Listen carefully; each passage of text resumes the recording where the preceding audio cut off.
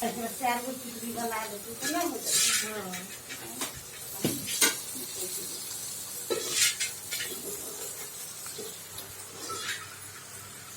आणि कर चार